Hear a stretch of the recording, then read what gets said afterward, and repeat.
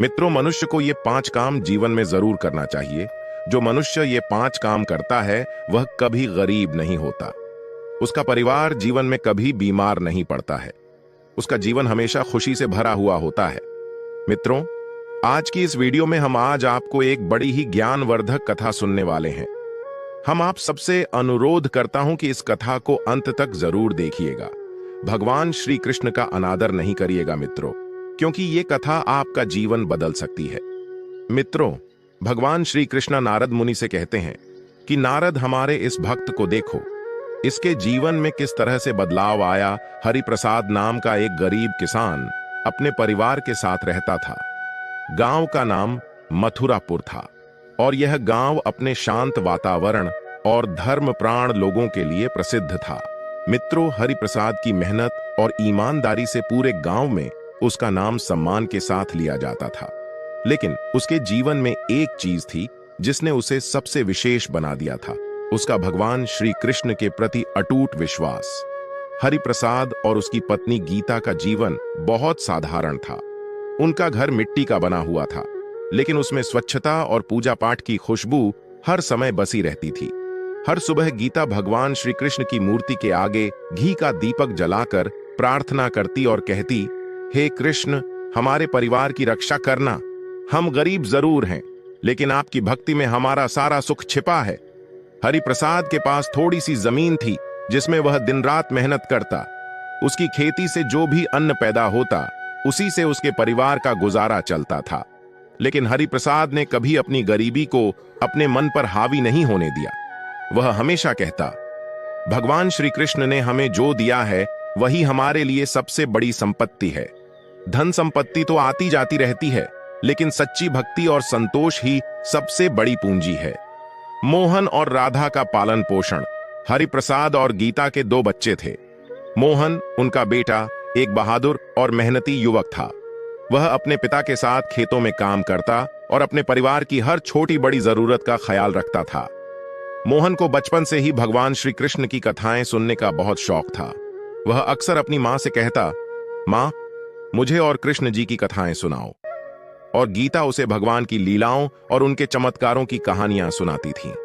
राधा, उनकी बेटी, अपनी मां की परछाई थी। वह भी भगवान श्री कृष्ण की परम भक्त थी। हर दिन वह अपनी मां के साथ पूजा पाठ में शामिल होती और मोहन की तरह ही उसे भी भगवान की कथाएं सुनने का बहुत शौक था। राधा का स्वभाव बहुत विनम्र और शांत था और पूरे गांव में उसकी सरलता और संस्कारों की प्रशंसा होती थी।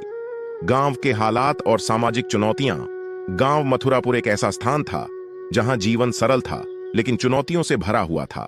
प्राकृतिक आपदाएं जैसे सूखा, बाढ़ और फसलों की असफलता यहां के किसानों के लिए एक आम समस्या थी।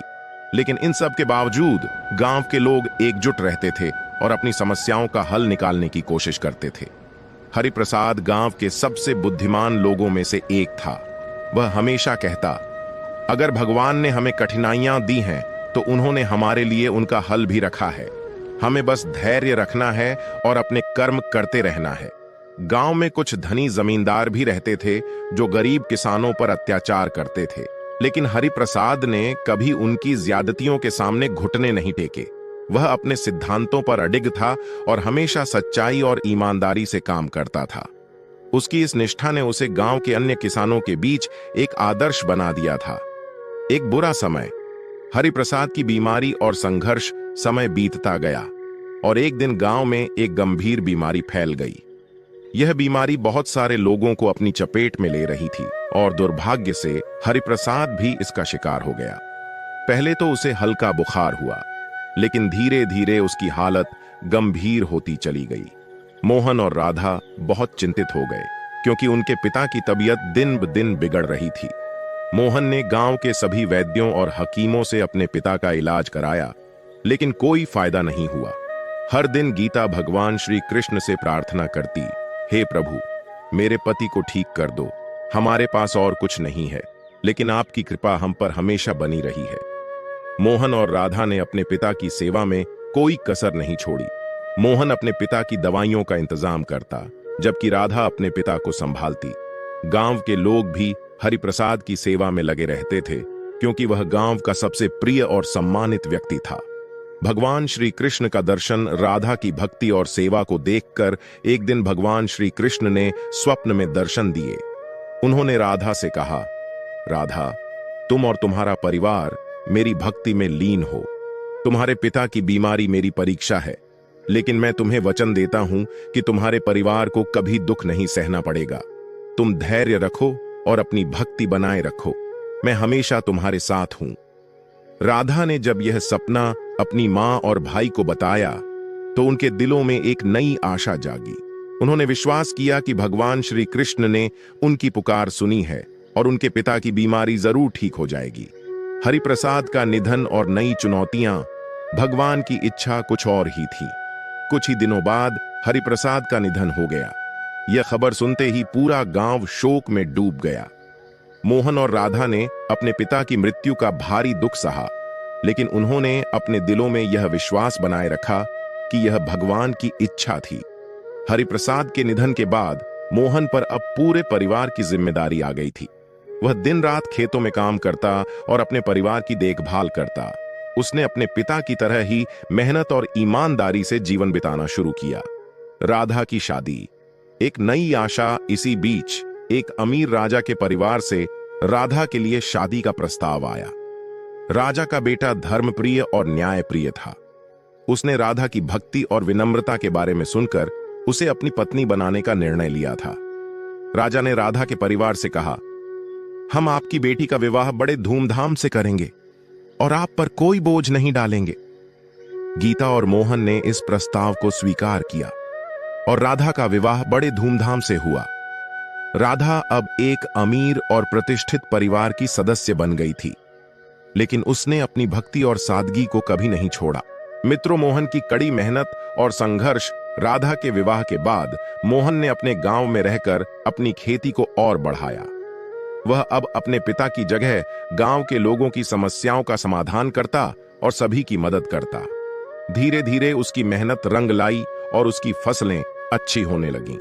उसने अपने खेतों का विस्तार किया और अपनी मां गीता का ख्याल रखा। मोहन ने जीवन के हर मोड़ पर अपने पिता की शिक्षाओं का पालन किया।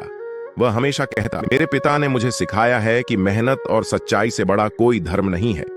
भगवान श्री कृष्ण ने हमें कर्म करने का आदेश दिया है और मैं अपने कर्म करता रहूंगा।